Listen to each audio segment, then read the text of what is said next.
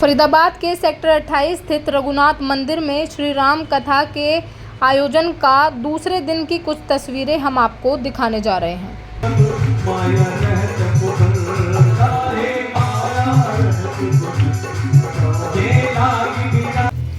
कि हरि व्यापक सर्वत्र समान, कि भगवान तो सब जगह है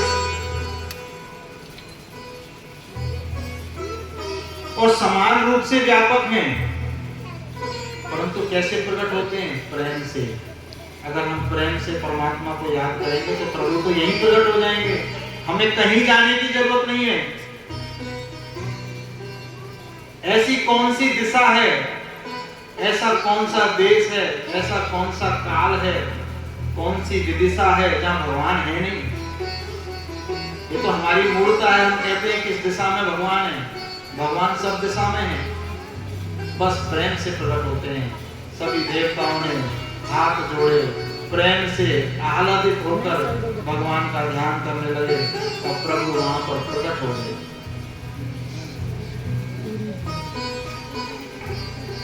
भगवान से निवेदन किया, हे प्रभु, धरती माता पर बड़ा कष्ट है, देवताओं पर बड़ा कष्ट है, ब्राह्मणों पर बड़ा कष्ट है, धर्म के कार्य सब खत्म हो रहे हैं। जैसे हम कहते हैं कि हिंदुत्व खतरे में है, उसी तरह की बात यहाँ हो रही है कि हमारा धर्म खतरे में है। तो भगवान ने कहा, हे मुनि, हे सिद्धो, हे देवताओं, डरो मत। मैं तुम सबका उद्धार करने के लिए, उन राक्षसों का वध करने के लिए मनुष्य के रूप में जन्म लूंगा और सूर्य वंश में पैदा होगा और अपने अंशों के साथ पैदा होगा। अर्थात मैं अकेला जन्म नहीं लूंगा, मेरे अंश भी जन्म लेंगे। लक्ष्मण जी, भरत जी, शत्रुघ्न जी, सब भगवान के अंश हैं। प्रभु बोले, मैं कश्यप मुनि और मां आदिति को वरदान दे चुका हूं, कह चुका हूं कि मैं आपका पुत्र बन के आऊंगा। और वही कश्यप मुनि और मां आदिति राजा दशरथ और कौशल्या के रूप में जन्म ले चुके हैं।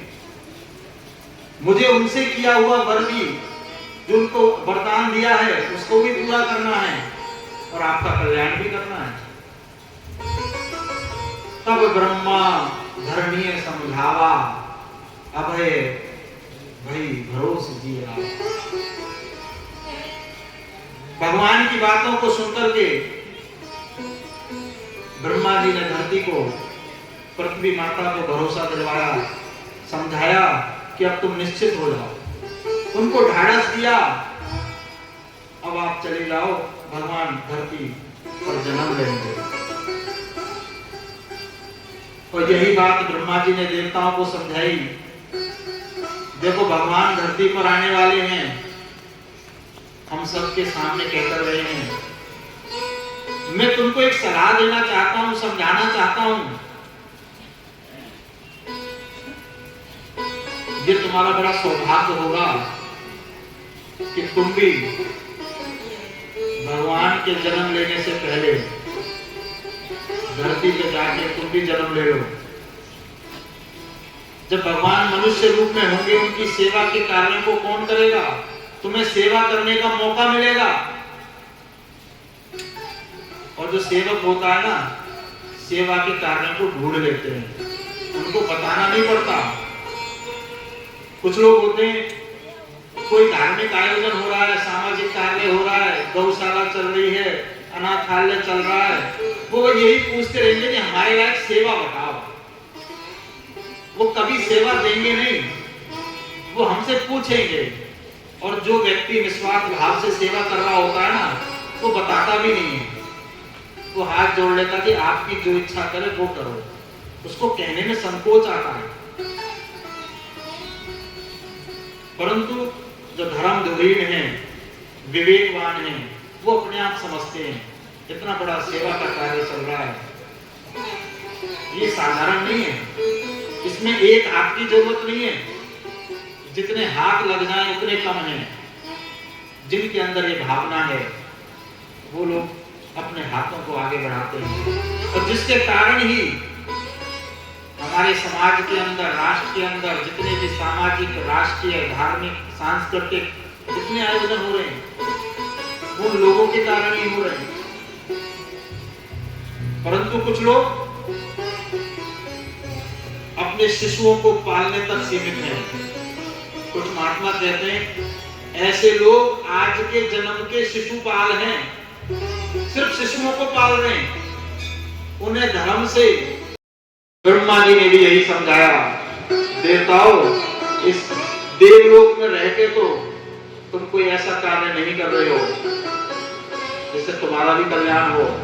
भगवान धरती पर जा रहे हैं, सेवा के लिए चले जाओ, मौका मिलेगा, तुम्हारा जीवन सुधर जाएगा।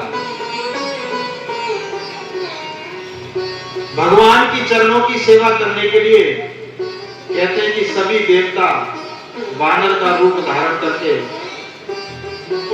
धरती पर पहुंच गए।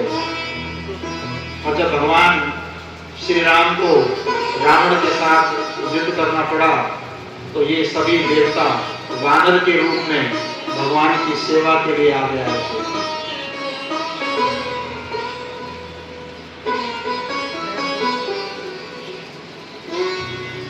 इस प्रकार धरती माता को आश्वासन देकर के ब्रह्मा जी चले गए, देवताओं को समझाया, देवता भी चले गए, और जैसे ब्रह्मा जी ने कहा वैसा ही सभी देवता धरती पर आकर वानर के रूप में जन्म ले लिया।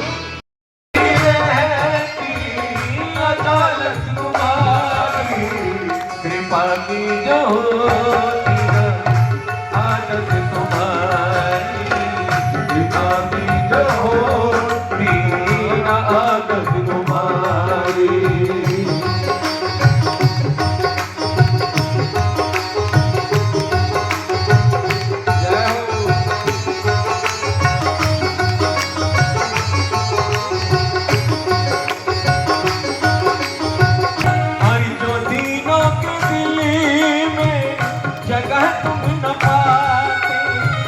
जो दीनों के दिल में जगह तुम न पाते, तो के दिल में हो